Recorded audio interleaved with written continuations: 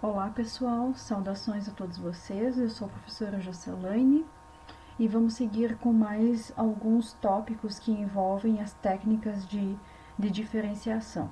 Então nós já estamos no tópico 8, na subseção 8, e vamos falar hoje da derivada de função composta, que também é popularmente, no cálculo, conhecida como regra da cadeia. Então a regra da cadeia ela vai ser aplicada sempre que você tiver uma função composta, seja ela simples ou seja mais complicada, tá? Às vezes, a regra da cadeia você tem que aplicar simultâneas vezes, tá? Então, a gente vai compreender isso ao longo da resolução dos exercícios. Então, a proposição diz o seguinte, ó, eu tenho que, o meu objetivo aqui, tá, é eu encontrar a derivada dessa composição aqui, ó, f bola g, conhecida, né, f bola g, ou também eu posso reescrever ela nessa notação aqui. Então, o meu objetivo é calcular essa derivada aqui, tá? Para isso, seja g uma função diferenciável, a g tem que ser diferenciável no número x, tá? Então, o x é um ponto pertencente ao domínio da g, e f é diferenciável no ponto g de x, tá? Então, todos os valores de g de x que satisfizerem aqui a f de x, significa que a g de x está no domínio da f de x, porque nós temos essa composição aqui, f aplicada em g, tá? Então, a g de x precisa existir para eu poder calcular a f. E elas ambas aqui serem diferenciáveis. Então, a composição, né, se isso aqui acontecer, a composição delas também vai ser diferenciável nesse mesmo ponto x.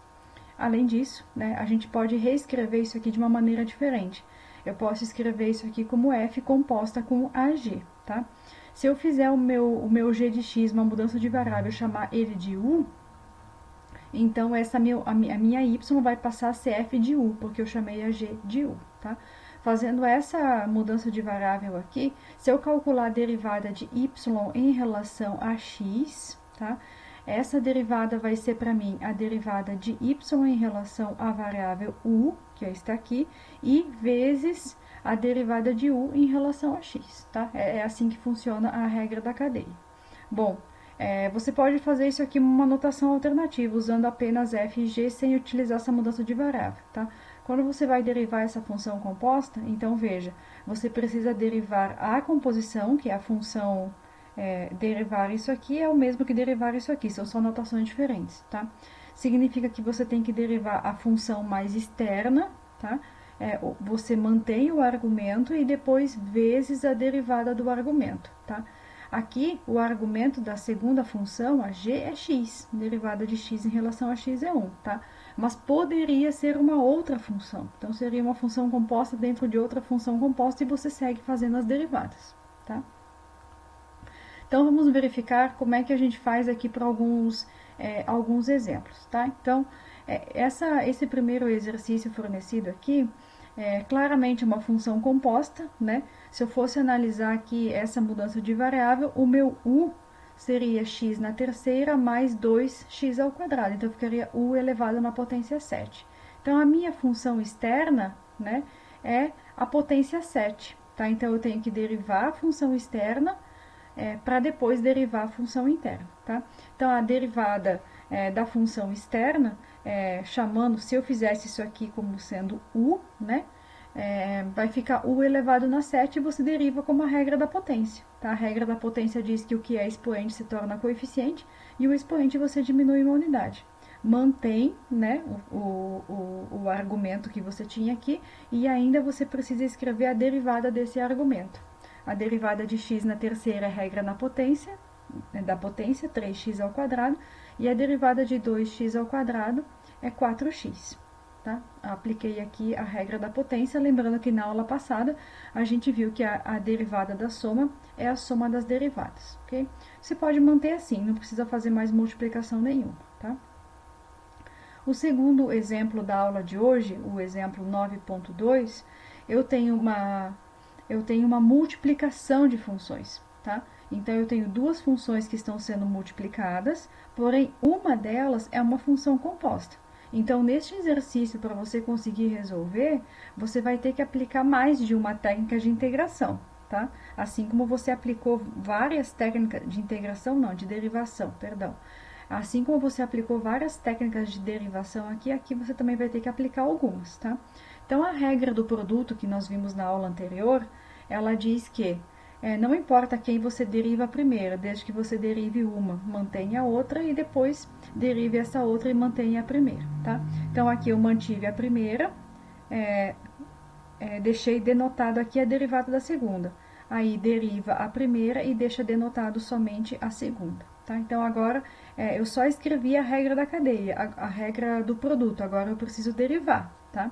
Então, a primeira aqui eu não preciso fazer nada, eu tenho que calcular a derivada da segunda. Mantive a primeira, vou lá calcular a derivada da segunda, tá? A função mais externa é esse quadrado, então, eu aplico a regra da potência, vai ficar 2 vezes essa função aqui, vezes a derivada da função interna. A derivada de 7 é 0, por isso que não aparece aqui, e a derivada de 5x é 5x na quarta. Então, todo este elemento aqui, ó, ele é essa derivada que está aqui, tá? Aqui, eu vou manter esta aqui agora, tá? Então, vejo que aqui eu apliquei a regra da potência. Aqui eu vou manter e vou derivar essa aqui. Eu sei que a derivada da subtração é a subtração das derivadas, a derivada de 2 é 0, a derivada de menos x é 1, é menos 1, e a derivada de menos 3x na terceira é menos 9, né, x ao quadrado. Então, está aqui. Você pode deixar assim, porque neste momento você não precisa simplificar mais essa expressão, tá? Então, aqui eu tenho o caso de regra da cadeia, só que antes de aplicar a regra da cadeia, nós aplicamos a regra do produto, tá? Aqui nós temos algo parecido também. Nós temos, antes de aplicar a regra da cadeia, que vai aparecer aqui, ó, na hora de derivar este termo aqui, e também, este aqui não necessariamente, né? Isso aqui é a regra de potência. Antes de aplicar a regra da cadeia, você tem uma outra regra para aplicar, que é a regra do produto, tá? Isso aqui é produto de duas funções aí na variável t, tá? Então, eu vou calcular essa derivada aqui com relação a t, tá? Então, conservei a primeira, tenho que derivar a segunda, mas eu tenho que derivar a primeira agora para depois conservar a segunda, tá? Então, só reescrevi a regra aqui, mas veja que eu não calculei nenhuma derivada, é nessa segunda parte aqui que eu vou calcular. Mantive a primeira, calculei a derivada desta aqui. O meio, que é expoente, se torna coeficiente, eu tenho que subtrair uma unidade do expoente. Então, vai ficar 1 menos 1 meio menos 1, que é menos 1 meio, tá? A segunda aqui fica igual, né? Eu só repito, eu tenho que calcular a derivada aqui. E aqui que eu preciso aplicar a regra da cadeia. Então, a regra da cadeia diz que eu preciso derivar a função de fora, né? E depois derivar a função do argumento, tá? A função interna, a função que é composta. Então, vai ficar 3 que multiplica 1 mais t ao quadrado, né? Vezes a derivada de dentro. A derivada de 1 é 0 e a derivada de t é 1. Por isso que não aparece nada aqui, tá? Então, nós temos aqui a derivada dessa função que está aqui, ok? Este exercício é um exercício bem interessante, tá? Eu gostaria que vocês refizessem todos eles, tá? E na medida que as dúvidas vão aparecendo, vocês podem enviar as dúvidas para mim, tá? E se faltar alguma coisa, tá? Se vocês acham que faltou alguma explicação, vocês podem me perguntar que eu faço um videozinho ou refaço as continhas para vocês. Eu ajudo vocês com relação a isso, tá? Então, o exemplo 10 diz o seguinte, ó, determine os pontos no gráfico desta função aqui, para os quais a derivada é zero ou aqueles pontos nos quais a derivada não existe, tá? E mais adiante a gente vai ver que os pontos nos quais a derivada é igual a zero, onde ela não existe, recebe um nome especial, que é chamado de número crítico, tá? A gente vai ver isso aí mais adiante lá é o último conteúdo para a nossa prova 1, tá? As aplicações da derivada. Bom, para eu descobrir onde a derivada é zero e onde a derivada não existe, a primeira coisa que eu tenho que descobrir é quem é a derivada, né? Então, a primeira coisa é calcular a derivada. Do jeito que ela está aqui, a função parece meio complicada, né? Então, o que a gente faz é reescrever ela de uma forma um pouco mais conveniente, um pouco mais simpática, tá? Depois que eu reescrevi a função, então, eu vou aplicar, porque neste caso aqui é uma função composta, né? se eu quisesse fazer mudança de variável, eu chamaria o u de x ao quadrado menos 1. Então, ficaria u elevado na 2/3. É a regra da cadeia, tá? Então, eu vou aplicar a regra da cadeia para poder calcular essa derivada aí. Então, a derivada de y em relação a x, o 2/3, que é expoente, se torna coeficiente, tá aqui, e eu preciso diminuir uma unidade do expoente. 2/3 menos 1 ficou menos 1/3. Mantém a função aqui vezes a derivada do argumento. A derivada de x ao quadrado é 2x e a derivada de menos 1 é 0, por isso que não aparece aqui, tá? Só reorganizando melhor, 2 vezes 2x, 4x, né? Este elemento aqui vem para o denominador, então eu só reescrevi melhor isso aqui, tá? Então, nós temos mais duas perguntas para responder. A gente calculou a derivada, agora tem que saber aonde que a derivada é 0. Tem alguém que zera isso aqui? Sim, né? Se você substituir x por 0, vai zerar. Então, a derivada zera quando x for igual a 0. Esse é o ponto onde a derivada é 0. Existe algum ponto onde a derivada não existe? Quando que a derivada aqui não existe? Né? Ela só não existe quando vai zerar o denominador. Número negativo pode ter nessa raiz porque é uma raiz cúbica, né? Então não tem problema nenhum. O único problema aqui é se zerar o denominador. O denominador vai zerar para dois valores. Quais? Né? É só você fazer x ao quadrado menos 1 igual a 0 que você vai... na verdade, o x ao quadrado menos 1 tem que ser diferente de 0, né? Porque é onde não existe, né? Onde você não consegue substituir, não faz parte do domínio. Então, x ao quadrado menos 1 diferente de 0, você vai ver que o x tem que ser diferente de mais ou menos 1. Tá? Então, é onde a derivada é igual a 0, que é x igual a 0, e onde ela não existe, x igual a mais ou menos 1. Tá? Esse aqui é um exercício bem interessante e é recomendado que vocês refaçam todos eles. Tá? Para ajudar vocês a entender o que está acontecendo aqui, tá? Quando eu falei que a derivada é igual a 0 ou não existe, a gente dá um nome especial, que a gente vai ver isso mais adiante nas aplicações de derivada, vocês vão ver que isso é um número crítico, que é onde acontecem os bicos, os extremos das funções, ou onde a reta tangente é horizontal. Né? Quando a derivada é igual a 0, lembra que a gente já viu, né? Se a derivada é 0, significa que... O que é derivada para a gente? Né? Relembrando lá desde o início das nossas aulas. Derivada para a gente é coeficiente angular da reta tangente à curva. Ou também conhecida como taxa de variação, ou inclinação da reta tangente à curva. Se a inclinação da reta tangente à curva é 0, né, significa que você não tem inclinação nenhuma ali. Né? A reta tangente ali, ela é exatamente horizontal, paralela ao eixo x. Tá? Então, o que está acontecendo nessa informação aqui? Ó? Significa que nesse ponto, onde x igual a 0, nós temos uma reta tangente horizontal. Tá? E aqui, ó, quando a derivada não existe, lembra o que acontecia quando a gente calculava lá as derivadas laterais e a derivada não existia? A derivada por um lado era um número e por outro lado era outro número, né? Quando tinha bicos, né, às vezes a função era contínua, mas ela não era diferenciável. Lembra que a gente fez isso nos vídeos anteriores, né? Então, isso geralmente acontecia onde? Em bicos, né? Em pontos angulosos, né? Que nós conversamos isso nos vídeos anteriores. Então, vocês vão perceber que neste ponto aqui, graficamente, né? Nesse gráfico aqui, existe uma reta tangente horizontal e aqui nós temos bicos. Então, veja que interessante, ó. Nesses pontos aqui, menos 1 e 1, se você se aproximar de um lado e de outro, tem inclinações diferentes. Aqui também, inclinação diferente. Por isso que não existe a derivada nesses pontos aqui, ó, tá? E aqui a reta tangente é horizontal, a derivada é igual a 0. Né? Neste ponto aqui, x igual a 0, a reta tangente é horizontal. Então, veja que bacana, né? Que você consegue enxergar aí, geometricamente o que de fato está acontecendo, tá? É um exercício muito interessante, muito importante, vocês precisam refazer ele, entender bem o que está acontecendo, tá? Então, a regra da cadeia, ela vai ser fundamental, né, assim como as outras regras, né, são todas cumulativas. Assim que a gente vê uma nova técnica aqui de derivação, a gente já vai utilizando elas nas próximas técnicas que a gente vai vendo, tá? Então, existe um conjunto de funções aí, que são chamadas de funções elementares, que nós também precisamos conhecer as derivadas. E um desses conjuntos são as funções trigonométricas. Então, agora a gente vai conhecer quem são as derivadas das funções trigonométricas, né? Cosseno, seno, secante, cossecante, tangente e cotangente, tá?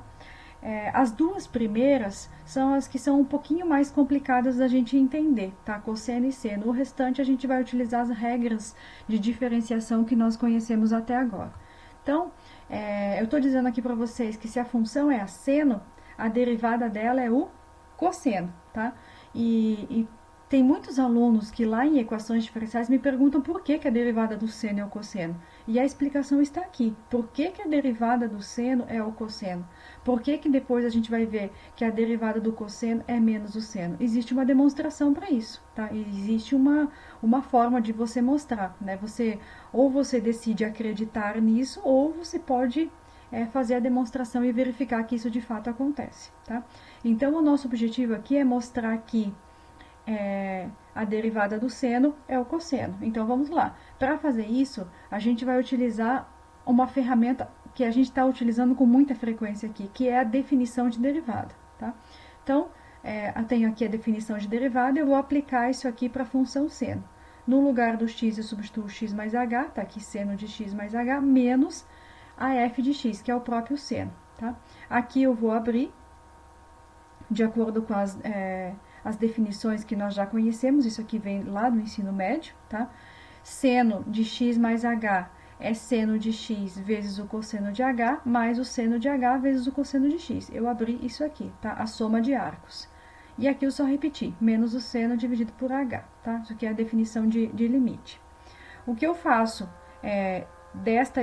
deste momento para cá, né, essa igualdade aqui, vejam que essa primeira parcela aqui e esta aqui tem o seno em comum. Então, eu vou colocar o seno em evidência, vai ficar cosseno menos 1 que multiplica o seno, que é o que está aqui, tá? Sobrou aqui seno de h vezes cosseno de x, que está aqui, tá? Todos eles, é claro, dividido por h, tá? Eu já passei o limite, porque eu sei que o limite da soma é a soma dos limites. E aqui eu passei o limite em todos eles, porque essa propriedade da soma para os limites vale também para a multiplicação. Então, a multiplicação o limite da multiplicação é a multiplicação dos limites. Passei o limite em todos eles aqui, tá? E aí eu preciso lembrar de dois limites fundamentais que a gente vê lá na parte de limite, tá? O limite de seno de h sobre h quando h vai para zero vale 1, e o limite de 1 menos cosseno de h sobre h, quando h vai para zero, vale zero. Eu preciso dessas duas informações, que são os limites elementares que a gente vê lá na parte de limite. Aqui eu tenho o contrário, tá? Mas é só você multiplicar por menos 1 e você chega nessa expressão aqui, tá? Então, limite de seno x, quando h vai para zero, veja que não tem h, então vai ficar o próprio seno, tá? Este aqui, se você inverter o sinal, fica menos 1 que multiplica 1 menos cosseno de h sobre h, que é exatamente esse limite que vale zero. Limite de cosseno x quando h vai para zero, não tem h, então fica o próprio cosseno x. E esse limite que está aqui é exatamente este aqui, é o que vale 1, tá? Então, vai ficar 0 vezes aqui, que vai dar 0, 1 vezes cosseno, que é o próprio cosseno. Portanto, a derivada do seno, que nós fizemos aqui por definição, é o cosseno, tá? Raciocínio muito parecido a gente faz com a derivada do cosseno, tá? Então, a derivada do cosseno é menos o seno, tá? A gente vai utilizar os mesmos limites fundamentais aqui para poder fazer as conclusões, tá? Veja que eu apliquei também aqui a definição de derivada, substituí aqui na função, né, x mais h e x, e fiz os cálculos, tá? Então, eu gostaria que vocês refizessem essas continhas aqui para entender bem direitinho como é que funciona. Eu não vou falar de novo porque é muito parecido com o exercício de cima. E aí a gente conclui aqui que a derivada do cosseno é menos o seno, tá? Então, já derivamos o cosseno e já derivamos o seno. A partir dessas duas derivadas, né, como todas as outras funções trigonométricas são definidas em função de seno e cosseno, a gente não precisa mais aplicar a definição de derivada. A gente pode utilizar as definições das funções em relação a seno e cosseno e aplicar uma técnica de diferenciação conforme for a necessidade.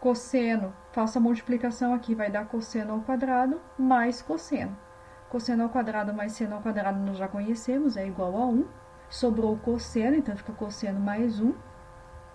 E aí vejam que os elementos aqui são iguais, exceto pelo expoente, né? Então eu consigo fazer uma simplificação aqui, cancelei esse de cima com 1 aqui de baixo, tá? Então o resultado meu é este aqui. Uma nova integral aqui, uma nova derivada para eu resolver. Vejo que aqui eu tinha a regra do quociente, aqui eu tenho uma regra do produto. Eu tenho uma soma que multiplica uma função. Então, para poder derivar, eu tenho que aplicar a regra do produto, tá? A regra do produto, já coloquei direto aqui, ó. Eu tenho que derivar a primeira e manter a segunda. A derivada do seno é o cosseno, a derivada do cosseno é menos seno. Mantenho a segunda, mais eu vou manter a primeira e vou derivar a segunda. A derivada da secante é secante vezes tangente. Isso vai ser igual, vejam, ó, como a secante está multiplicando o cosseno e o seno, eu vou utilizar a definição da secante para me auxiliar. A secante eu sei que é 1 sobre o cosseno. Quando eu multiplico por cosseno, vai ficar cosseno sobre cosseno que eu posso cancelar, tá? Então ficou só 1 aqui. Depois, secante vezes o seno. Como a secante é 1 sobre o cosseno, vai ficar seno sobre cosseno, que é a tangente. Depois aqui, ó, secante vezes tangente, eu multiplico pelo seno, tá? Quando eu faço essa multiplicação, vejam, eu tenho que a secante é 1 sobre o cosseno, vai ficar seno sobre cosseno, que é a tangente. Fica tangente vezes tangente, que é tangente ao quadrado, que é o que está aqui. Depois eu tenho cosseno vezes a secante e vezes a tangente, tá? A tangente a secante é 1 sobre o cosseno, cosseno cancela com cosseno, fica só a tangente. Então, sobrou este resultado aqui, eu tenho uma tangente negativa e uma positiva, que também se cancelam, portanto fica 1 mais tangente ao quadrado. E tem uma relação, né, do cálculo de funções, que envolve funções trigonométricas, que diz que 1 mais tangente ao quadrado é igual a secante ao quadrado. Tá? Imagino que vocês tenham visto essas relações aí, tanto no ensino médio quanto na parte de funções. Mas se vocês não lembram como é que faz essas relações aqui, vocês podem me perguntar, ou também verificar geralmente todos os livros de cálculo ou pré-cálculo têm essas relações aqui das funções trigonométricas. Mais um exercício para a gente ver aqui, que também é um quociente, é uma regra do quociente, tá? Eu preciso colocar a função do denominador elevado ao quadrado, tá? Eu derivo a de cima. A derivada da cotangente é menos a cossecante, multiplico pela função de baixo, sem mexer nela, tá? Menos, aí eu vou manter a função de cima e derivar a função de baixo. A derivada de 1 é 0, a derivada da cotangente é menos a cossecante ao quadrado, tá? Aqui eu faço faço as multiplicações, ó. Aqui, multiplico aqui, que vai resultar esses dois elementos aqui, tá? E aqui já é uma multiplicação direta, tá? A gente vê que esses dois elementos aqui são iguais, eles se cancelam, sobrou só menos a cossecante ao quadrado, ok? Então, no próximo vídeo a gente vai falar sobre outras técnicas de derivação e outras também derivações de funções elementares.